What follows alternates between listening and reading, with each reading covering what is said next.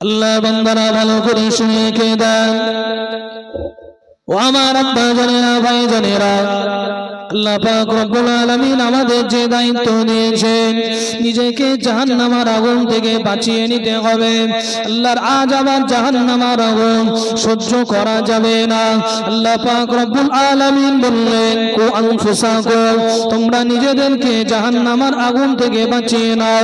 ওয়া আহলিকুম, তোমাদের আজকে আহল বর্গদেরকে, তোমাদের পরিবার পরিজন যারা রয়েছে তাদেরকেও জাহান্নামের আগুন থেকে বাঁচিয়ে নাও। কোন আগুন? আমার আল্লাহ রাব্বুল আলামিন একটু সংক্ষেপে এই জায়গায় তিনি বললেন, ওয়াকুদুহান নাস ওয়াল হিজারা, এই আগুনটাকে আমি আল্লাহ প্রজ্বলিত করেছি, যে আগুনটাকে আমি আল্লাহ পাক জ্বালিয়েছি মানুষ দিয়ে আর পাথর দিয়ে। আমরা দুনিয়ার আগুনটাকে প্রজ্বলিত করি, দুনিয়ায় আগুন জ্বালাই, কোন আগুন আমরা কাঠ দিয়ে জ্বালাই, কোন আগুন আমরা গ্যাস দিয়ে জ্বালাই, আবার কোন আগুন আমরা ইলেকট্রিক দিয়ে জ্বালাই। কিন্তু আল্লাহ রাব্বুল আলামিন এই জায়গায় বললেন, ওয়াকুদুহান নাস ওয়াল হিজারা, যে আগুন থেকে তোমাদেরকে বাঁচতে বলেছি বাংলা, ওই আগুনটা অন্য কোন কাঠ দিয়ে আমি আল্লাহ জ্বালিয়ে রাখিনি, মানুষ দিয়ে আর পাথর দিয়ে জ্বালিয়ে রেখেছি। ওই আগুনটা সহ্য করার মতো ক্ষমতা তোমাদের নেই। ও আমার আব্বা জানেরা, ভাই জানেরা, আল্লাহ পাক বললেন, আলাইহা মালাইকাতুন গিলাজুন, আলাইহা মালাইকাতুন গিলাদুন শিদাদুন, ওই জাহান্নামের মেন দায়িত্বে যে ফেরেশতা থাকবে, ওই ফেরেশতার নাম হবে মালিক ফেরেশতা। ওই মালিক ফেরেশতার সঙ্গে হাজার হাজার ফেরেশতাদেরকে আমার আল্লাহ রাব্বুল আলামিন দায়িত্ব দেবেন। ওই আযাবে জাহান্নামে যে সমস্ত ফেরেশতাদের দায়িত্ব থাকবে, তাদের ব্যাপারে আল্লাহ রাব্বুল আলামিন এই আয়াতের ভিতরে বললেন, আলাইহা মালাইকাতুন, ওই জাহান্নামের দায়িত্বে এমন কিছু ফেরেশতাদেরকে আমি আল্লাহ রব্বুল আলামিন নির্বাচন করে রেখেছি, আমি রব্বুল আলামিন এমন করে বেছে রেখেছি, গিলাজুন শিদাদুন, তাদের অন্তরগুলো খুবই শক্ত হবে, তাদের অন্তরের ভিতরে কোনো মায়া থাকবে না, তাদের অন্তরের ভিতরে কোনো দয়া থাকবে না। শিদাদুন, তাদের শরীর আমি আল্লাহ খুবই শক্তি দেব।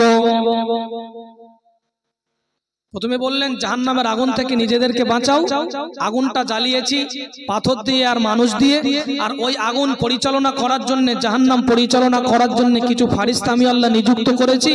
ফেরেশতাদেরও কিছু গুণ তিনি বর্ণনা করে বললেন, আল্লাহ বললেন কোরআনে যে আলাইহা মালাইকাতুন গিলাজুন শিদাদুন, এমন কিছু ফেরেশতা যাদের অন্তরটা একেবারেই মানে কোনো দয়া নেই, তাদের অন্তরে কোনো মায়া নেই, আমি আল্লাহ রাখিনি মায়া দয়া। গিলাজুন, বান্দা বান্দীদের ধরবে আর ধরে ধরে জাহান্নামে ছুঁড়ে ফেলে দেবে। শিদাদুন, শিদাদুনের তাফসীরে কুরতুবীর ভিতরে এসেছে, শিদাদুনের তাফসীরে যে এত শক্তি আল্লাহ ওই সমস্ত ফেরেশতাদেরকে দেবেন, এক হাত দিয়ে একসঙ্গে ৭০,০০০ জাহান্নামীকে ধরে ছুঁড়ে ফেলে দেবে। জোরে বলুন নাউজুবিল্লাহ। ১,০০০ বললাম, ৭০,০০০। কিয়ামতের দিনে বিচার হওয়ার পরে জান্নাতি আর জাহান্নামী যখন নির্বাচন হয়ে যাবে, যারা জান্নাতি এরা জাহান্নামী। বাবাজি, আল্লাহর কোরআনের তাফসীরে এসেছে, শিদাদুনের তাফসীরে, যে একসঙ্গে আল্লাহর ফেরেশতা এক হাতে এক মুষ্টিতে ৭০,০০০ বান্দা বান্দীকে ধরে এক টানে ছুঁড়ে জাহান্নামে ফেলে দেবে। বাবাজি, এখন নিজেকে একটু প্রশ্ন করেন তো, এই ৭০,০০০-এর ভিতরে যদি আমার নামটা আসে, একবারে এক খাওয়ায় ৭০,০০০-কে নিয়ে ফেলে দেবে ফেরেশতা। এই ৭০,০০০-এর ভিতরে যদি আমার নামটা আসে, আপনার নামটা আসে, একজন মায়ের নাম যদি আসে, কি করবেন বলেন? একদম আমরা যেভাবে মানে দুনিয়ার জমিনে অমনোযোগী ভাবে গাফেল হয়ে সংসার করছি, মানে যেভাবে আমরা দিন কাটাচ্ছি, জাহান্নাম বলে একটা আযাবের জায়গা আছে, কিয়ামতের দিন বলে একটা দিন আছে, কবর বলে একটা আলমে বারজাকের ঘর আছে, আমরা একেবারেই ভুলে গেছি। বাবা, কথা শুনলে যেন মনে হয় কোনোদিন মরবে না। তার চাল চলন, তার লাইফ স্টাইল আর তার মানে দাদাগিরি দেখলে মনে হয় যেন কোনোদিন কবরে শোবে না। ঠিক বলছেন না? কিন্তু মৃত্যুর খবর, মৃত্যুর সময় আল্লাহ নির্দিষ্ট করে রেখেছেন, এক সেকেন্ড আগেও হবে না, পরেও হবে না। ওই বললাম যদি চোখ খুলি তো সকাল, না খুললে পরকাল। রাত্রে আপনার ইন্তেকাল হয়ে গেলে সর্বপ্রথম আপনার ওই খাট থেকে নামিয়ে নিয়ে আসবে বাবা। তাহলে আল্লাহর ফেরেশতা আল্লাহ পাক রব্বুল আলামিন বললেন লা ইয়াসুনাল্লাহ মা আমারহুম, আল্লাহ পাক তাদেরকে যে হুকুম দেবেন একদম সেই হুকুমের পাই টু পাই মানে 100% তারা আমল করবেন। আমাদের মতো অমনোযোগী নয় যে আমরা ফাঁকি দেব। আমরা যেমন ফাঁকি দেই ফেরেশতারাও কাজে ফাঁকি দেবে না। না, আল্লাহর হুকুমে জাহান্নামীদের ধরবে আর ছুঁড়ে ছুঁড়ে ফেলে দেবে। অন্তরে তো কোনো মায়া নেই, আর আল্লাহ এত শক্তি দেবেন 70,000কে ধরবে না, ছুঁড়ে ছুঁড়ে ফেলে দেবেন। লা ইয়াসুনাল্লাহ মা আমারহুম, আল্লাহ তাদেরকে যে হুকুম দেবেন সেই হুকুমের কিঞ্চিত পরিমাণ এদিক ওদিক করবেন না। ওয়া ইয়াফআলুনা মা ইউমারুন, আল্লাহ তাদেরকে যে হুকুম দেবেন আল্লাহর হুকুম মাথা নত করে তানারা সেটাই করবেন। আপনি বলেন সেই দিন যদি আমার আপনার XYZ কারুর নাম যদি জাহান্নামীদের খাতায় চলে আসে একবার, সেই দিন কি করব? কিচ্ছু করার নেই।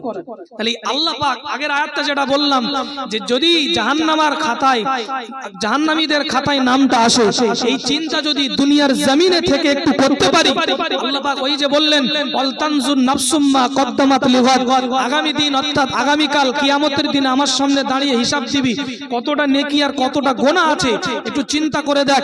যদি নেকি কম থাকে, সামনে আসছে রমজান মাস, নেকি করে করে আমলনামাটা ভরিয়ে ফেল। আর যদি দেখিস গুনাহ আছে, তার ভিতরে লাইলাতুল কদর আছে, আমি আল্লাহ রাব্বুল আলামিন আমার কাছে কেঁদে কেঁদে চোখের পানি ফেলে আমি আল্লাহ আমার কাছে মাফি চা, আমি আল্লাহ রহমানুর রহিম তোদের জীবনের গুনাহ খাতা মাফ করে দেব। জোরে বলুন সুবহানাল্লাহ। সেটাও তো করতে পারি। 21, 23, 25, 27, 29 লাইলাতুল কদর, সেই দিন রাত্রেও বান্দা ঘুমায়। ঠিক বলছি না ভুল? বান্দে ঘুমিয়ে পড়ে, 4 রাকাত 8 রাকাত 12 রাকাত নামাজ পড়তে পারে না, খুব কষ্ট হয়। যেদিনে মাফি আল্লাহ আম করে দিয়েছে সেই দিনেও বান্দা বান্দি ঘুমায়। তাহলে মাপটা নেবে কবে? জনেরা যুবকেরা আমার আব্বা জনেরা ভালো করে শুনে রেখে দেন বাবা, দুনিয়া জমিন আল্লাহ পাক পাঠিয়েছে, একদিন চলে যেতে হবে। নিজে হাতে করে কত মানুষকে কবর দিয়েছি ছোটবেলা থেকে, এখনো মনে আছে। কত মানুষকে গোসল দিলাম, কত মানুষকে হাতে করে কাপড়ের কাপড় পরিয়েছি, কত মানুষের কবরে নেমেছি। ও ভাই জানেরা আব্বা জানেরা নবী পাকের উম্মতেরা, নিজে চোখে আপনারা এমন করে কত মৃত্যু দেখেছেন, কত মানুষের জানাজা পড়েছেন, কত মানুষের কবরে গিয়ে 3 মুঠো মাটি নিয়ে বিনগা খলাকনাকুম অবিগা নহিদুকুম অবিনগা নুখরিজুকুম তারাতান উখরা বলে 3 মুঠো করে মাটিটা দিয়ে চলে এসেছেন। এটা আপনার একবার মনে হয় না একদিন আমাকেও এই জায়গায় শুইয়ে দিয়ে চলে যাবে? আপনার যখন মৃত্যু হয়ে যাবে, মসজিদের মাইকে নাম দেখে আজ কিনা ওই শেষবারের মতো নামটা নেওয়া হবে, মানুষ আপনার নামটা ভুলে যাবে। সবাই বলবে লাশের গোসল হয়ে গেছে নাকি, লাশের জানাজা কোথায় হবে, লাশের এমন করে কবরটা কোথায় করা হচ্ছে, আপনার নাম কিন্তু কেউ ধরবে না। ও ভাই জানাব্বা জানেরা, যে টাকার জন্য আপনি আজকে ধর্ম ভুলে আছেন, যে বাড়ির জন্য ধর্ম ভুলে আছেন, যে গাড়ির জন্য ধর্ম ভুলে আছেন, যে বিবি বাচ্চার মায়ায় পড়ে আপনি ধর্ম ভোলা হয়ে রয়েছেন, শরিয়াত থেকে অনেক দূরে চলে এসেছেন, সমাজের সঙ্গে তাল মেলাতে যে সমাজের মানুষদের সঙ্গে ভালোবাসা রাখতে যে কোরআন হাদিস ইজমা কিয়াস থেকে শরিয়াত থেকে অনেক দূরে চলে এসেছেন। ও ভাইজান, একদিন সেই জায়গায় আপনার শুতে হবে। আবার মানুষেরা ঠিক শরিয়াতের নিয়ম অনুযায়ী আপনাকেও গোসল দেবে, আপনাকে ওই 3টি আর 5টি কাফন পরাবে, আবার ওই খাটিয়ায় করে আজকিনা তুলে নিয়ে জানাজা স্থলে গিয়ে জানাজার নামাজটা পড়িয়ে দিয়ে আবার আত্মীয় স্বজনেরা আপনার লাশটাকে আমার লাশটাকে ওই কবরের ভিতরে বিসমিল্লাহি ওয়া ফি সাবিলিল্লাহি ওয়া আলা মিল্লাতি রাসূলিল্লাহ বলে আজকিনা সমন করে কাফনের 3টি বাঁধন খুলে দিয়ে মুখটা কিবলা মুখে ঘুরিয়ে দিয়ে 3 জন উঠে চলে আসলো। বাঁশ দেওয়া হয়ে গেলে, বিছানা দেওয়া হয়ে গেলে, সবাই 3 মুঠো মাটি দিয়ে বিনগা খলাকনাকুম অবিগা নুইদুকুম অবিনগা নুখরিজুকুম তারাতান উখরা বলে 3 মুঠো করে মাটি দিয়ে চলে আসবে এই চিন্তা একবারও হয় না। কোথায় গেল আপনার বিবি, কোথায় গেল আপনার সন্তান, কোথায় গেল আপনার বোন, কোথায় গেল আপনার ভাই, কোথায় গেল আপনার গাড়ি, কোথায় গেল আপনার বাড়ি, কোথায় গেল আপনার টাকা? এসেছিলেন খালি হাতে, চলেও গেছে, যাবেন আপনি খালি হাতে, ঠিক কিনা? এই বলে এই ওয়াজে, এই সমস্ত ওয়াজ আজকে সমাজে অনেক কম হয়ে গেছে, ঠিক বললাম না? হ্যাঁ, কবরের আলোচনা, হাসরের আলোচনা, মিজানের আলোচনা, ফুলসিরাতের আলোচনা, জান্নাতের আলোচনা, জাহান্নামের আলোচনা খুব কমই হয়ে গেছে। মানুষ শুনতেও চায় না। জলসায় গেলে শুধু গজল বলো, কি গজল বলো। সেই গজল তো শুনে আসছো কাল থেকে। আমি কিছু সময় বলবো, ভাই আসবে, তারপরে ফরিদজাদা হুজুর এসে দোয়া করে দেবে। তাহলে যদি কিছু কোরআন হাদিস ইজমা কিয়াসের কথা যদি কিছু না বলতে পারলাম, তাহলে এটা জলসার মাজলিস নাম রাখলাম, তাহলে তো কথার সঙ্গে কাজের মিল হলো না বাবা। তাহলে আমার মূল বক্তব্য হলো পরিবর্তনের নিয়ত কিন্তু আপনার আনতে হবে। যদি নিয়ত আপনি আনেন, বিশ্বাস করুন আল্লাহ পাক রব্বুল আলামিন আপনাকে আপনার পাহাড় পাহাড় পরিমাণ গুনাহকে maaf করে দেবে। এখন ঝাপা গ্রামের একজন মানুষ, আমি কাউকে খাসভাবে বলছি না, আমভাবে কোন একজন মানুষ একজন ভেবে দেখছে যে কোচি তো বলছিল যে আল্লাহ পাক ভাবতে বলেছে, ভেবে দেখি তো পিছনের জিন্দেগির কথা চিন্তা করে দেখছে যে নামাজ নেই ভালো করে, রোজা নেই ভালো করে, হজ ফরজ হয়েছিল হজ করতে পারিনি, মানে বিভিন্ন ইবাদত বান্দিগিতে একেবারে কমজোর, আবার গুনাহ অনেকটাই হয়ে গেছে, এখন কি করব? আছে না এমন মানুষ? আছে বাবা। নিজের চিন্তা করলে যেন মন ভেঙে যায়, ভয় পেয়ে যায়। একটা হলো ভয় পাওয়া, আর একটা হলো আশা। আল্লাহর কাছে ভয় করা আর একটা হলো আল্লাহর কাছে আশা করা, দুটো দুরকম। কিতাবের ভিতরে এসেছে যুবক বয়সে বান্দা বান্দি আল্লাহকে ভয় করবে, আল্লাহর ভয়েতে আল্লাহর ঘরে গিয়ে নামাজ পড়বে, মেয়েরা বাড়িতে নামাজ পড়বে। বয়স হয়ে গেলে ভালো করে নামাজ কালাম করতে পারবে না, ভালো করে নামাজ কালাম পড়তে পারবে না, কারণ যুবক বয়সে শরীরে একটা তাকত থাকে, শক্তি থাকে একরকম। আর বয়স হয়ে গেলে বুঝতে পারছেন সেইভাবে সহিভাবে আর দাঁড়াতে পারে না, মানে অসুবিধা হয়, নামাজগুলো পড়তে পারে না।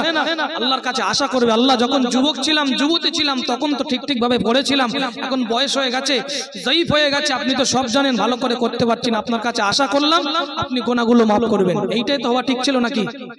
কিন্তু আমরা উল্টো, যুবক বয়সে নামাজ পড়ো, বলে আল্লাহ রহমান রহিম মাফ করে দেবে, আশা করে বসে আছি।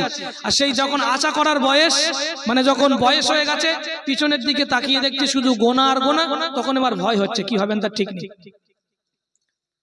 আল্লাহ পাক রব্বুল আলামিন কুরআনুল কারীমের ভিতরে 24 নম্বর পারার ভিতরে বললেন, হে আমার বান্দারা, হে আমার বান্দীরা, নিজের গুনাহর কথা স্মরণ করে আমি আল্লাহ রব্বুল আলামিন আমার রহমত থেকে তোরা নিরাশ হয়ে যাস না। আল্লাহ পাক কুরআনুল কারীমের ভিতরে বললেন, লা তাকনাতু মির রাহমাতিল্লাহ ইন্নাল্লাহা ইয়াগফিরুয যুনুবা জামিআ ইন্নাহু হুয়াল গফুরুর রহিম। আমার আল্লাহ পাক বললেন, হে আমার বান্দা, হে আমার বান্দি, নিজের ভুলের কথা মনে করলো, গুনাহর কথা স্মরণ হয়ে গেছে, এমন গুনাহ করেছিস কেউ জানে না, আমি আল্লাহ আমি জানি আর তুই জানিস, কেউ জানে না এমন গুনাহ করেছিস, আমি আল্লাহ জানি আর তুই জানিস, কেউ জানে না। যেমন গোপনে গুনাহ করেছিস, আমি আল্লাহ আমার সাত্তার নামে রসুলাই ওই গুনাহটাকে আমি আল্লাহ গোপন করে রেখেছি। আমার বান্দা, কি আমার বান্দী, নিজের জীবনের গুনাহর কথা স্মরণ করে ভয় পাওয়ার কোনো কারণ নেই, চিন্তা করার কোনো কারণ নেই। আমি আল্লাহ রব্বুল আলামিন বলে দিলাম, লা তাকনাতু মির রাহমাতিল্লাহ, আমার রহমত থেকে নিরাশ হয়ে যাস না, আমার রহমত থেকে নিরাশ হয়ে যাস না। আল্লাহ পাক অন্য জায়গায় বলেছেন, আল্লাহ পাক বলেছেন, আল্লাহ রাব্বুল আলামিন বললেন, ইন্নাল্লাহা ইয়াগফিরুয যুনুবা জামিআ, অবশ্যই আল্লাহ রাব্বুল আলামিন ইয়াগফিরু, তিনি ক্ষমা করে দেবেন, যুনুবা জামিআ, আমাদের জীবনের সমস্ত গুনাহগুলোকে, ইন্নাহু হুয়াল গফুরুর রহিম, অবশ্যই আল্লাহ রাব্বুল আলামিন তিনি হলেন ক্ষমাকারী এবং তিনি হলেন দয়াকারী। জোরে বলুন সুবহানাল্লাহ। যতই গুনাহ হোক না কেন বান্দা, তোমার হয়তো মনে হচ্ছে আল্লাহ আমার গুনাহ maaf করবে না, না না, আল্লাহ পাক ক্লিয়ার বলেছেন, বান্দা সঠিক অন্তরে যদি তওবা করে ফিরে আসতে পারো, বান্দি সঠিক অন্তরে যদি একদম খালিস অন্তর থেকে তওবা করে আমি আল্লাহ আমার রাস্তায় যদি ফিরে আসো, আমি আল্লাহ বলছি তোমার ইন্নাল্লাহা ইয়াগফিরুয যুনুবা জামিয়া, সমস্ত গুনাহগুলোকে আমি আল্লাহ maaf করে দেব। জোরে বলুন সুবহানাল্লাহ। তাহলে আসতে হবে কার কথা বলে? maaf করবে আল্লাহ, আসতে হবে কার? আপনার।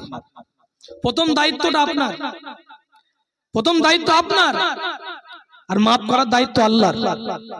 ইন্না ওয়াদাল্লাহি হাক্কুন, আল্লাহ পাকের ওয়াদা হলো সত্য। আল্লাহ পাক ওয়াদা খেলাপকারী নন। আমরা তো ওয়াদা করলে ওয়াদা খেলাপকারী করি, কিন্তু আল্লাহ পাক ওয়াদা খেলাপকারী নন। কিন্তু আমরা একে তো ভাবি না, আবার ভাবলে নিজের গুনার কথা স্মরণ করলে মনে পড়লে, জি আপনি তাকিয়ে দেখেন না, এমন কোন গুনাহ নেই যে আমাদের ভিতরে নেই, এমন কোন গুনাহ নেই আমাদের ভিতরে নেই। কটা বলবো? কবিরা গুনাহ এমন ভাবে আমরা করছি, আম ভাবে জনসমক্ষে, জনগণের সামনে, এটা যেন গুনাহই না। মানে সমাজের সঙ্গে তাল মেলাতে মেলাতে কোরআন থেকে, হাদিস থেকে, আল্লাহর বাণী থেকে এত দূরে চলে এসেছি, আমাদের যেন একেবারেই মানে আমরা শরিয়ত ভোলা হয়ে গেছি ভাই। একদম বাস্তবতা বলছি। আজকে পরিবর্তন আপনি হবেন না তো কবে হবে? দিন চলে যাচ্ছে, দিন আসছে, রাত যাচ্ছে, দিন আসছে, দিন যাচ্ছে, রাত আসছে, সময় তো চলেই যাচ্ছে। আমার ভাই জানেরা, আমার মূল বক্তব্য, পরিবর্তন আপনার হতে হবে। আর যদি আপনি পরিবর্তন না হন, মরে যাবে, সবাই মাটি দিয়ে চলে আসবে, খেলা শুরু হয়ে যাবে বাবা, খেলা শুরু হয়ে যাবে। কারণ আপনার যে গোনাগুলো আছে, ওই গোনার বোঝা মাথায় নিয়ে যে আপনি কবরে গেছেন। ক্ষমার রজনী, ক্ষমার রাতেও আপনি কাঁদতে পারেন না আল্লাহর কাছে, আল্লাহ ভুল করেছি মাফ করে দাও, এটাও বলতে পারি। দুঃখ লাগে বলতে, কবরস্থানে মানুষের জানাজা হয়েছে, কবরস্থানে মাটি দিতে গিয়েও মানুষ আড্ডায় আর কি করে না করে কথা বলে। কবরস্থানে গিয়ে জানাজা হয়ে গেছে, লাশ নামানো হয়ে গেছে, হ্যাঁ এবারে মাটি দেওয়া হবে, ওই জায়গাটা কি আর কি করে আড্ডা মারার জায়গা বলেন? কিন্তু আমরা ওই জায়গায়ও শরিয়ত ভুলে যাই, ওই জায়গায়ও শরিয়ত মনে রাখতে পারি না। আমরা আড্ডা আর কি করি, হাসি ঠাট্টা করি। আমরা এই জায়গায় কি করতে এসেছি? এই একাই মরেছে, আমরা কেউ মরবো না। যুবকেরা, জানেরা, মায়েরা, বোনেরা, ভুল হয়ে গেছে, অন্যায় করে ফেলেছি, আল্লাহ রাব্বুল আলামিনের কাছে ক্ষমা চান। আল্লাহ নবী সাহাবায়ে কেরামদের সামনে বললেন, ও আমার সাহাবায়ে কেরামগণেরা, নিজেদের গুনার কথা স্মরণ করে আল্লাহ রাব্বুল আলামিনের কাছে মাফি চাইবে, তওবাটা করবে। আল্লাহ রাব্বুল আলামিন তওবাকারীকে পছন্দ করেন। আল্লাহ পাক কোরআনুল কারীমের ভিতরে বললেন, ইন্নাল্লাহা ইউহিব্বুত তাওয়াবিন ওয়া ইউহিব্বুল মুতাতাহহিরিন। আল্লাহ পাক তওবাকারীকে পছন্দ করেন এবং যারা নিজেদের শরীরগুলোকে অপবিত্র থেকে পবিত্র করে রাখে, তাদেরকে আল্লাহ পাক পছন্দ করেন। আমার আব্বা জানেরা, ভাই জানেরা, আল্লাহ পাক তওবাকারীকে পছন্দ করেন। আল্লাহর কাছে তওবা করুন। আল্লাহ নবী সাহাবায়ে কেরামদের সামনে আজ কিনা তিনি এমন করে শিক্ষা দিচ্ছিলেন, ও আমার সাহাবীরা, আমার সাহাবায়ে কেরামগণেরা, আল্লাহ রাব্বুল আলামিনের দরবারে হাত তুলে, দুটো হাত তুলে নিজের গুনার কথা স্মরণ করে কাঁদবে, এমন করে কাঁদতে লাগবে, চোখে যদি পানি না বার হয়, মাছির মাথার মতো এক ফোঁটা পানি যদি বার হয়, ওই পানিটা গড়িয়ে গড়িয়ে আল্লাহ পাকের জমিনে পড়ার আগে আপনার দোয়াটি আল্লাহ রাব্বুল আলামিনের দরবারে কবুল হয়ে যাবে। জোরে বলেন না সুবহানাল্লাহ। মাছি মনে হয় এত বড়, মাছি কত বড়, এত বড় মাছি, মাছি ছোট না? আর মাছির মাথা কত বড় হবে? তার থেকেও ছোট। হুজুর বললেন কাঁদবে যদি মাছির মাথার মতো পানি এই চোখের কোনা দিয়ে গড়িয়ে আসে, সেই মাছির মাথার মতো পানিটা দেখে আল্লাহ রাব্বুল আলামিন এত খুশি হয়ে যাবে, জীবনের গুনাহ খাতাগুলোকে একেবারেই মাফ করে দেবে। জোরে বলুন সুবহানাল্লাহ। হযরতে সিদ্দিক আকবর আবু বকর সিদ্দিক রাদিয়াল্লাহু তাআলা আনহু, রাসূলুল্লাহর শ্বশুর আব্বাজান, প্রধান খলিফা, হিজরতের সাথী, যৌবনের সাথী হযরত আবু বকর সিদ্দিক হুজুর, তিনি জিজ্ঞাসা করলেন বা আদব, মানে আদবের সঙ্গে, হুজুর একটা সওয়াল, একটা প্রশ্ন আছে। কি সওয়াল বাবাজি আবু বকর সিদ্দিক? হুজুর আপনি বললেন যে মাছির মাথার মতো কানতে হবে, যদি কান্না না আসে? সাহাবায়ে কেরাম বলে না কানতেন না, কানতেন না, জোরে বলেন। কানতেন না বাবা? হ্যাঁ কানতেন। কিন্তু প্রশ্নটা কেন করছেন? আমাদের জন্য।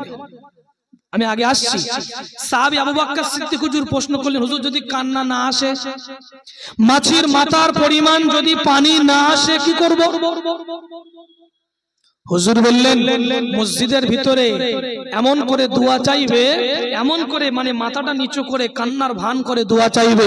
একজন মহিলা ঘরের ভিতরে বসে এমন করে দোয়াটা আল্লাহর কাছে চাইবে, কান্না আসছে না, কান্নার চেষ্টা করছি, কান্না আসছে না। বাবা কান্না করা সহজ না কঠিন? বলেন বলেন কথা বলেন। কান্না করা কঠিন না বিটা? হাসা খুব সহজ, একটা কথা বললে আপনি হেসে দেবেন, কিন্তু এক্ষুনি যদি আপনাকে বলেন আপনি কাঁদেন, আপনি কাঁদতে পারবেন না, খুব কঠিন জিনিস। বুঝতে পেরেছেন? আবু বকর হুজুর বললেন, হুজুর কান্না যদি না আসে, আল্লাহ রাসূল বললেন, বাবা একজন ব্যক্তি, আমার উম্মতি কান্নার চেষ্টা করছে কিন্তু কান্না আসছে না, কিন্তু দূর থেকে মানুষ দেখে মনে করছে ওই বান্দাটা মনে হয় আল্লাহর খৌফে ইলাহি, খাইসিয়াতে ইলাহি, আল্লাহর আযাবে, জাহান্নামের ভয়ে কি কান্না না কাঁদছে, অথচ এক ফোঁটা পানি চোখ দিয়ে পড়ছে না। আমার বান্দিটা আমার কাছে ভান করছে, আরেকজন বান্দি দেখে, আরেকজন মেয়ে দেখে মনে করবে, আরেকজন নারী দেখে মনে করবে মনে হয় কি কান্না না কাঁদছে, অথচ কান্নাই আসছে না, দূর থেকে দেখে মনে হচ্ছে বিরাট কান্না করছে। আল্লাহ রাসূল বললেন, বাবাজি আবু বকর শুনে রেখে দেন, ওই কান্নার ভান করাটা আল্লাহ রাব্বুল আলামিন কান্নাকারীদের সঙ্গে শামিল করে নাই। জোরে বলুন সুবহানাল্লাহ। তাহলে অফার নয় আমাদের জন্য? কান্না নেই, চোখে পানি নেই, কান্নার মতো ভান করলেও আল্লাহ রাসূল সুসংবাদ দিয়ে গেছেন ওটাও কান্নার সঙ্গে সম্পৃক্ত হয়ে যাবে, কান্নাকারীদের সঙ্গে মিলে যাবে, মিলে গিয়ে দোয়াটা কবুল হয়ে যাবে। আমরা সেটাও করতে পারি না। যদি একটু দোয়া বড় হয়ে যায় আমরা রেগে যাই, চাই না যায়? আরে আল্লাহর কাছে হাত তুলে একটু দোয়া করবে, তাও তোমার রাগ হয়? হ্যাঁ, তিন দুনিয়ার বাদশা, খালিকে কায়নাত জাল জালাল ওয়াল ইকরাম যুল কুওয়াতিল মাতিন, হ্যাঁ, যিনি আমাকে হায়াত দিয়েছেন, মওত দিয়েছেন, খাওয়াচ্ছেন, পড়াচ্ছেন, তার কাছে একটু হাত তুলে দোয়া চাইবো, তাই এতেই রাগারাগি সৃষ্টি হয়? আব্বা জানেরা, ভাই জানেরা, যে কথা আমি আপনাদের শোনাচ্ছিলাম, তওবা করে ফিরে আসলে আল্লাহ রাব্বুল আলামিন এত পরিমাণে খুশি হয়ে যায়। একটা সংক্ষেপে আপনাদের কাছে উদাহরণ দিয়ে দিই, উদাহরণটা বুঝে নেন। একজন মানুষ মরুভূমির রাস্তা থেকে, মরুভূমির উপর দিয়ে একটা ঘোড়া নিয়ে, ঘোড়ার পিঠে কিছু একটা ব্যাগে কিছু মাল নিয়ে নিয়েছে। ওই ব্যাগের ভিতরে আছে খাবার, ওই ব্যাগের ভিতরে আছে পানি, ওই ব্যাগের ভিতরে আছে কিছু টাকা, ওই ব্যাগের ভিতরে আছে কিছু বস্ত্র। এক কথায় যত জিনিসগুলো নিয়ে সফর করে বার হয়েছে, ওই ঘোড়ার পিঠে করে নিয়ে মরুভূমির রাস্তা থেকে এক জায়গা থেকে অপর জায়গায় যেতে লেগেছে। এক জায়গা থেকে আর এক জায়গায় যাচ্ছে।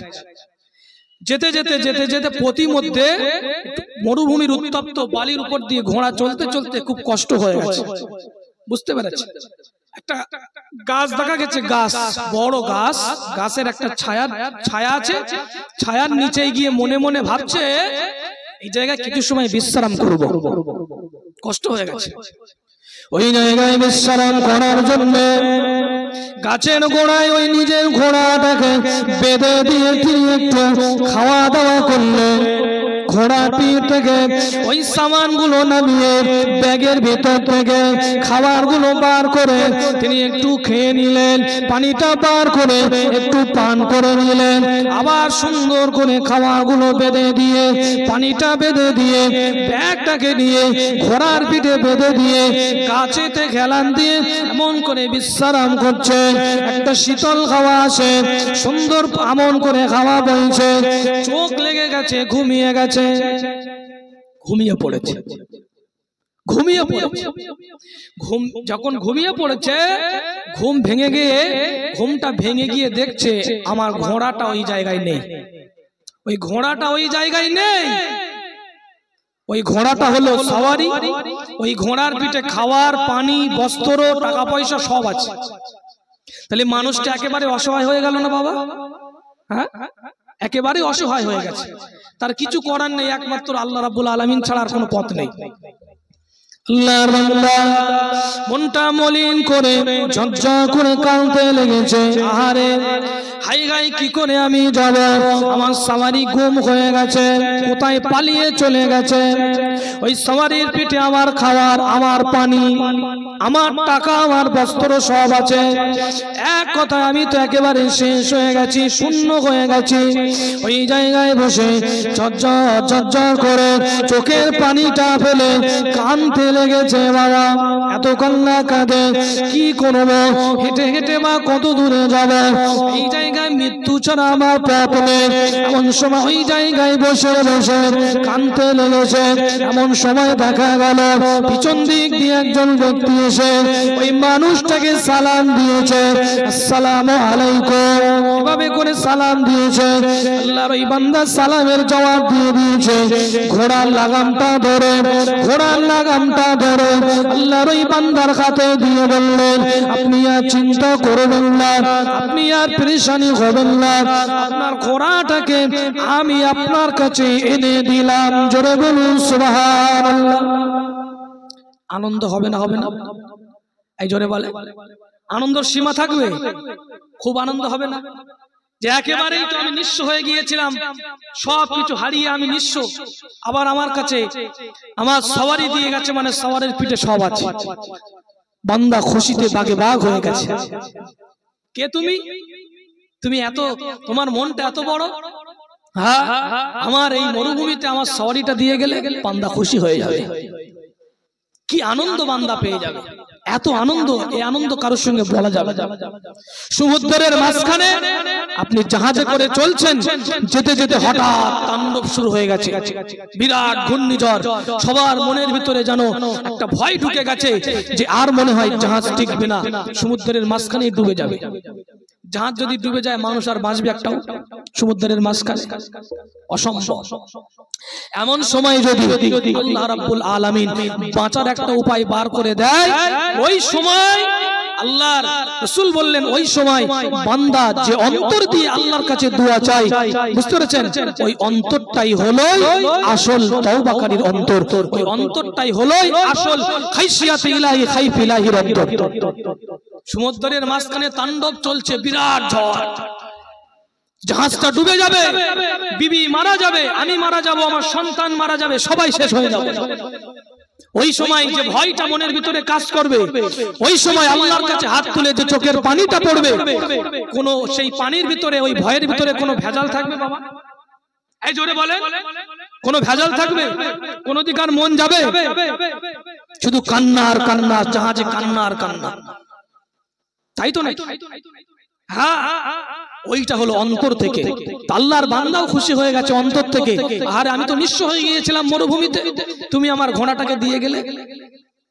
বুঝে নেন বাবা, আল্লাহ পাক রব্বুল আলামিন তানার কাছে যখন তিনি বলেন খালিকে কায়নাত জাল জালালি ওয়াল ইকরাম, কোন গুনাহগার বান্দা যখন, কোন গুনাহগার বান্দি যখন নিজের গুনার কথা স্মরণ করে তওবাটা করে, অন্তর থেকে তওবা করে ফিরে আসে, না না না না না 30 বছর বয়স আমার হয়ে গেছে, 35-40 বছর বয়স হয়ে গেছে, আর কদিন বাঁচবো ঠিক নেই, এবার একটু ফিরে আসি, গুনাহটা আস্তে আস্তে ছেড়ে দিই, আজকে না ইবাদতের দিকে চলে আসি, এমন একটা মনোযোগ নিয়ে, এমন একটা মন মানসিকতা নিয়ে আল্লাহর কাছে তওবা করে, আল্লাহর কাছে তওবা করে যখন আল্লাহর কাছে ফিরে আসে, আল্লাহ নবী বললেন, আল্লাহর হাবিব বললেন, ও আমার সাহাবী ভাইরা ও আমার সাহাবীরা শুনে রেখে দেন, আমি আপনাদের নবী বলি ওই মানুষটার ঘোড়াটা হারিয়ে গিয়েছিল, একেবারে নিঃস্ব হয়ে গেল।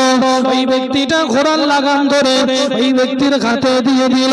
সে ব্যক্তি যতটা আনন্দ না পায়, যতটা খুশি না হয়, তার থেকে আল্লাহ গুনাহগার বান্দা যখন, আল্লাহ পাকের একজন গুনাহগার বান্দী যখন নিজের ভুলটা বুঝতে পেরে আল্লাহর দরবারে এসে চোখের পানি ফেলে দুটো হাত আল্লাহ রাব্বুল আলামিনের দরবারে তুলে কাঁদে, আল্লাহ রাব্বুল আলামিন রহমতের দরিয়ায় জোশ মেরে বলে, ও আমার ফেরেশতারা দেখো দেখো, আমার বান্দা নিজের ভুল বুঝতে পেরেছে, আমার বান্দী নিজের ভুল বুঝতে পেরেছে, আর গুনাহ করবে না, আর গুনাহ করব না, অন্যায় হয়ে গেছে, ভুল হয়ে গেছে, আর গুনাহ করব না। আপনি রহমান, আপনি রহিম, আপনি মাফ করে দেন। আমার আল্লাহ রাসূল বলেন, আল্লাহ পাক রব্বুল আলামিন ওই বান্দার উপরে এত পরিমাণে খুশি হয়ে যায়, যেমন ওই সাওয়ারিটা হারিয়ে যাওয়ার পরে সাওয়ারিটা এনে দিলে ওই মুসাফির ব্যক্তিটি যেমন খুশি হয়ে গেল, তার থেকে শত শত গুণে বেশি আমার আল্লাহ বান্দার উপরে খুশি হয়ে যায়। এই জোরে বললেন না সুবহানাল্লাহ। এখন আমি একটা আপনাদের প্রশ্ন করি, উত্তরটা চট করে দিয়ে দেন তো। আপনি যদি পরিবর্তন না হন, আল্লাহর কোনো ক্ষতি হবে? আপনি যদি পরিবর্তন না হন, আল্লাহর কোনো ক্ষতি হবে? তাহলে আল্লাহ খুশি হচ্ছেন কেন? আল্লাহ খুশি হচ্ছেন কেন? আল্লাহ তো আমাদের জাহান্নামে দেওয়ার জন্য তৈরি করেননি, বান্দা তৈরি করেছেন, খলিফা তৈরি করেছেন, খলিফার আওলাদ আমাদের করেছেন, তার জন্য জান্নাত করে রেখেছেন। আমাদের জন্য 8টা জান্নাত আল্লাহ সুন্দর করে সাজিয়ে রেখেছে। বান্দা যখন নিজের ভুল বুঝতে পেরে ফিরে আসে, বান্দি যখন ফিরে আসে, আল্লাহ রাসূল বললেন, আল্লাহর বান্দা যখন 1 পা হেঁটে যায়, আল্লাহর রহমত 10 পা হেঁটে আসে। জোরে বলুন সুবহানাল্লাহ। কিন্তু আমরা ফিরে আসতে পারি না। মুহাব্বতের সাথে দরুদ শরীফ আল্লাহুম্মা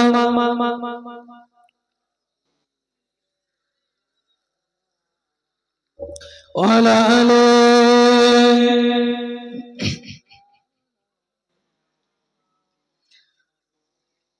আইকে যাবি আই দূর মদিনায় জিয়ারতে রওজায়, আইকে যাবি আই দূর মদিনায় জিয়ারতে রওজায়, যেথায় নবী শুয়ে আছে পাক মদিনায়, আইকে যাবি আই দূর মদিনায় জিয়ারতে রওজায়, যেথায় নবী শুয়ে আছেন পাক মদিনায়।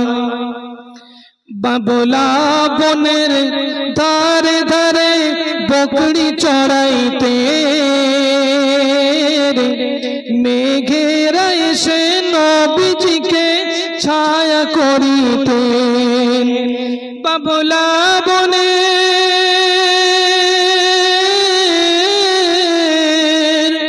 বাবলা বনের ধারে ধারে বকরি চড়াইতে,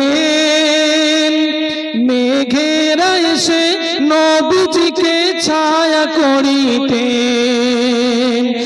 এমন নবী এই দুনিয়ায় আসেনি, আসবে না,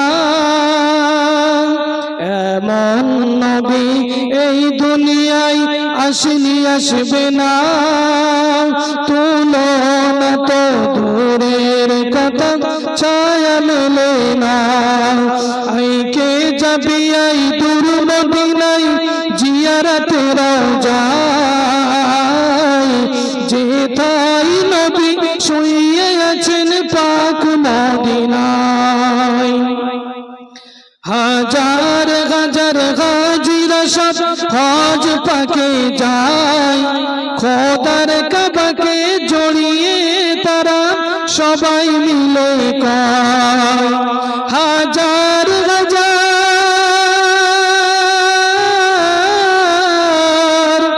হাজার হাজার হাজিরা সব হজ পাকে যায়, খোদার কাবাকে জড়িয়ে ধরে তারা সবাই কয়, দিও দিদার এই জমিনে নবীর একটিবার, দিও দিদার এই জমিনে নবীর একটিবার, কিয়ামতের কঠিন দিনে তাহলে হব পার।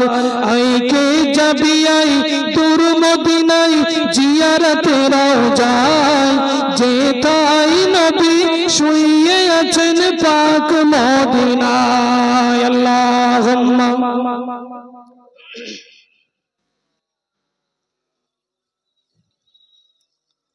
ওয়ালা আলে।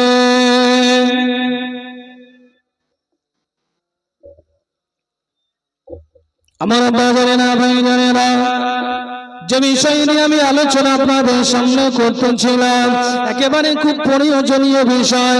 আল্লাহ পাক রব্বুল আলামিন কুরআনুল কারীমের 5 নম্বর পারা 15 নম্বর পৃষ্ঠা একটা আয়াতের ভিতরে বললেন, বিসমিল্লাহির রহমানির রহিম, ওয়া মান ইয়ামাল সুআন আও ইয়াজলিম নাফসাহু সুম্মা ইস্তাগফিরুল্লাহ ইয়াজিদিল্লাহু গফুরুর রহিম। আল্লাহ পাক রব্বুল আলামিন বললেন, হে আমার বান্দারা শুনে রেখে দাও, হে আমার বান্দিরা শুনে রেখে দাও, ওমাই আমাল সুআন আও ইয়াজলিম নাফসাহু, হাজার হাজার বান্দা বান্দীদের ভিতরে ওমাই আমাল, যে সমস্ত বান্দারা এই সমস্ত বান্দীরা নিজে এমন করে নফসের উপরে জুলুম করেছে, ওমাই আমাল সুআন খারাপ কাজ করলো, আও ইয়াজলিম নাফসাহু নিজের নফসের উপরে জুলুম করেছে, অত্যাচার করেছে, অর্থাৎ গুনার কাজ করেছে। পৃথিবীর জমিনে গোনা নেই এমন কোন মানুষ আছে?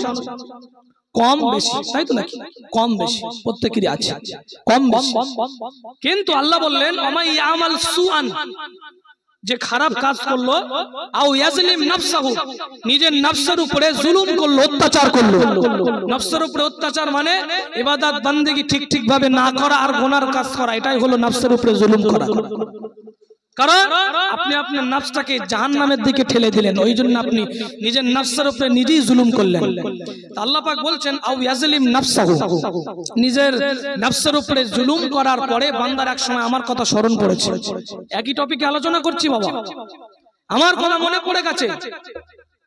সুম্মা ইস্তাগফিরুল্লাহ, অতঃপর বান্দা আমার কাছে দুটো হাত তুলে তওবা করে ইস্তিগফার করেছে। আল্লাহর কোরআন বলছে সুম্মা ইস্তাগফিরুল্লাহ, আমি আল্লাহ আমার কাছে ইস্তিগফার করলো, আমার কাছে পরিবর্তনের নিয়ত করলো, গুনাহ মাফি চাইলো।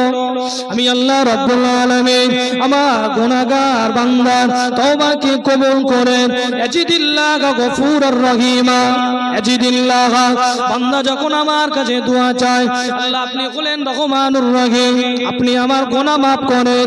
আপনার নাম গফফার, আপনার নাম গফুর, আপনার নাম রহমান, আপনার নাম রহিম, আপনি আমার গুনাহটাকে ক্ষমা করুন। কেন ক্ষমা করবেন না? আপনি তো ক্ষমা করতে ভালোবাসেন। বান্দা যখন দোয়া করে আল্লাহর কোরআন বলেছেন সুম্মা ইস্তাগফিরুল্লাহ, আমার কাছে বারে বারে তওবা করে, বারে বারে গুনাহ মাফি চায়। আমি আল্লাহ আমার ওই বান্দা গুনাহ করেছে, আমার সত্তার নামের ওসিলায় গুনাহটাকে গোপন করে রেখেছিলাম, গোপন করে রেখেছি। 20 বছর আগে কি গুনাহ করেছি আমি ভুলে গেছি, আল্লাহ কিন্তু ভুলেননি। আল্লাহ ঠিক জানেন কিন্তু গোপন করে রেখেছেন। আমার আল্লাহ পাক জানিয়ে দিলেন বান্দার গুনার কথা মনে করে, বান্দি গুনার কথা মনে করে আমার কাছে তওবা করলো, আমার পথে ফিরে আসতে চেয়েছে। ইয়াজিদিল্লাহ, আমার সত্তার নামের ওসিলায় যেমন বান্দা বান্দির গুনাহ গোপন করেছি, আমার কহার নাম আমি ভুলে যাব, আমার জব্বার নাম আমি ভুলে যাব। ও ভাইজানেরা, ও আমার আব্বা জানেরা, মায়েরা বোনেরা, আমি আপনাদের গ্রামের সন্তান, কত লাশ নিজে হাতে মাটি দিয়েছি, যেখানেই যাই না কেন, জলসা করতে যেখানেই যাই না কেন, ছাপা গ্রামের জন্য খাস করে একটা দোয়া আমার অন্তর থেকে থাকে। যত কবরবাসী কবরে চলে গেছে সবার জন্য অন্তর থেকে একটা দোয়া থাকে বাবা। ও ভাইজানেরা, আব্বা জানেরা, আজকে না মহব্বতের দৃষ্টি থেকে বলছি, কারণ বলা আমার কর্তব্য। ও ভাইজানেরা, আমার আল্লাহ বললেন আমার নাম জব্বার, এ নাম আমি ভুলে যাব, আমার নাম কহার, আমি এ নাম ভুলে যাব।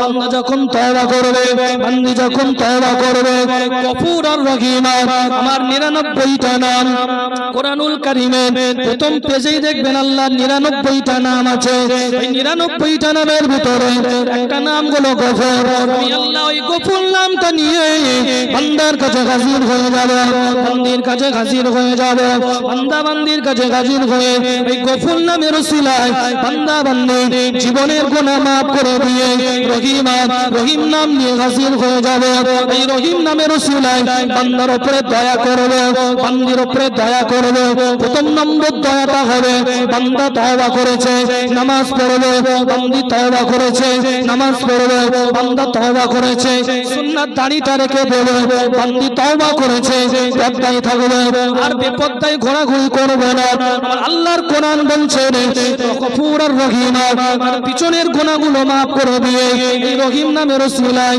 তার উপরে দয়া করে সর্বপ্রথমে যেই নিয়তটা করেছে ওই নিয়তের উপরে সাবেত কদম থেকে আমল করার জন্য আমি আল্লাহ সহযোগী হয়ে যাব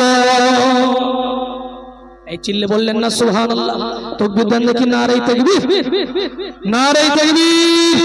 সিলসিলায়ে মুজাদ্দিদে জামান সিলসিলায়ে হক ফুরফুরা শরীফ আল্লাহ পাক কি বললেন আমাদের জন্য অফার অফার অফার ইয়াজিদুল্লাহ গফুরুর রহিমা আমার অন্যান্য নাম সব ভুলে গিয়ে গফুর নামের উসিলায় বান্দার গুনাহ একেবারেই ডিলিট করে দেব রহিমা আর সেই রহিম নামের উসিলায় বুঝতে পেরেছেন বান্দা বান্দির উপরে দয়া করব বান্দা বান্দি যাতে ভালোভাবে ইবাদত বندگی করতে পারে যে তওবা করেছে আমার রাস্তায় ফিরে এসেছে যে কটা দিন জীবিত থাকবে যেন আমার উপরে আমার কথাই চলতে পারে আর সেদিকে যাব না আর আস্তে আস্তে সব অন্যান্য অন্যায়গুলো বান্দা বান্দি আনে আস্তে আস্তে দূরে চলে যাবে আমার দয়া আমার মায়া আমার করুণা বান্দা বান্দির উপরে নাজিল হয় জোরে বলুন সুবহানাল্লাহ 61 হিজরিতে কারবালার যুদ্ধ হয়েছিল ইমাম হোসেন রাদিয়াল্লাহু তাআলা আনহুকে মানে কারবালার প্রান্তরে এজিদ বাহিনী দিয়ে একেবারে ওবাইদুল্লাহ বিন জিয়াদের নেতৃত্বে ঘিরে দেওয়া হয়েছিল কাসেম শহীদ হলেন আলী আকবর শহীদ হলেন আলী আসগরকে শাহরে বানু নিজের বিবি এনে স্বামীর কাছে তুলে দিয়ে বললেন নিয়ে যান একটু পানি আনেন এই কবি সেটা লিখছেন ও নান্নাস আসগর ও এড়ি রাগার কর এই কহ রহা হে ও খেমে মে রোক যে ওই তাবুর ভিতরে কেঁদে কেঁদে বলছিল ওই বাবা আমি পানি কা পিয়াসা नहीं हूं আমি পানির পিপাসিত নই মেরা সর কাটানে কো দিল চাহতা হে আমার মাথা ইসলামের জন্য কুরবানি করে দেওয়ার ইচ্ছা হচ্ছে জোরে বলুন সুবহানাল্লাহ আজ সমাজে আমাদের ভিতরে মুসলমান বলে দাবি করি যেখানে আল্লাহর কোরআন বলছে লা তুশরিক বিল্লাহ তারপরেই আল্লাহ রাব্বুল আলামিনের কোরআন বলছে অবিল ওয়ালিদাইনি ইহসানা তোমরা তোমাদের পিতামাতার উপরে ইহসান করো তোমরা তোমাদের পিতামাতার সঙ্গে ভালো ব্যবহার করো সেই জায়গায় দাঁড়িয়ে আজকে কিছু সন্তান এই কথাও বলতে শোনা যায় আব্বা মা তারা আনন্দ ফুর্তি করেছে আমরা পৃথিবীতে এসেছি অর্থাৎ আমাদের উপরে পিতামাতার কোনো হক নেই জোরে বলুন নাউজুবিল্লাহ আমি আপনার প্রমাণ দিয়ে দেখিয়ে দেব আজ সমাজের কিছু সন্তান এরকম কথা বলে আব্বা মা আনন্দ করেছে দুনিয়া এসে গেছে নাউজুবিল্লাহ আস্তাগফিরুল্লাহ এই কথা তোমার বলতে বাধলো না তুমি সন্তান হয়ে এত বড় কথা তোমার আব্বা মার নামে বললে ক্ষমা চেয়ে নিতে হবে ক্ষমা চেয়ে নিতে হবে 7 বছর বয়সে নামাজের তালিম রাসূল বললেন যদি নামাজ না পড়ে বাড়ি চালাতে হবে কি করতে হবে বাড়ি চালাতে হবে 10 বছর বয়স হলে আবার নামাজের হুকুম করো না শুনলে বিছানা আলাদা করে দাও বিছানা আলাদা করে দাও আমরা করতে পেরেছি খোলাফাদার জমিনে শুয়ে আছেন আল্লাহর ওলি ফজলুর রহমান দরগাপুরি রহমাতুল্লাহ আলাইহি একদিন নামাজ না পড়ে আম্মা জানের কাছে গিয়ে বললেন আম্মা জান খাবার দেন ভাতটা খুলে দেন আল্লাহর ওলি ফজলুর রহমান দরগাপুরি রহমাতুল্লাহ আলাইহি আম্মা জান তিনি জবাব দিয়ে বলেছিলেন ও বাবা ফজলুর রহমান শুনে রেখে দাও আমি এমন করে আমি তোমার মা বলছি ফজলুর রহমানের মা কোনোদিন বেনামাজির ভাত রান্না করে না জোরে বলুন সুবহান আর একটু জোরে বলুন সুবহানাল্লাহ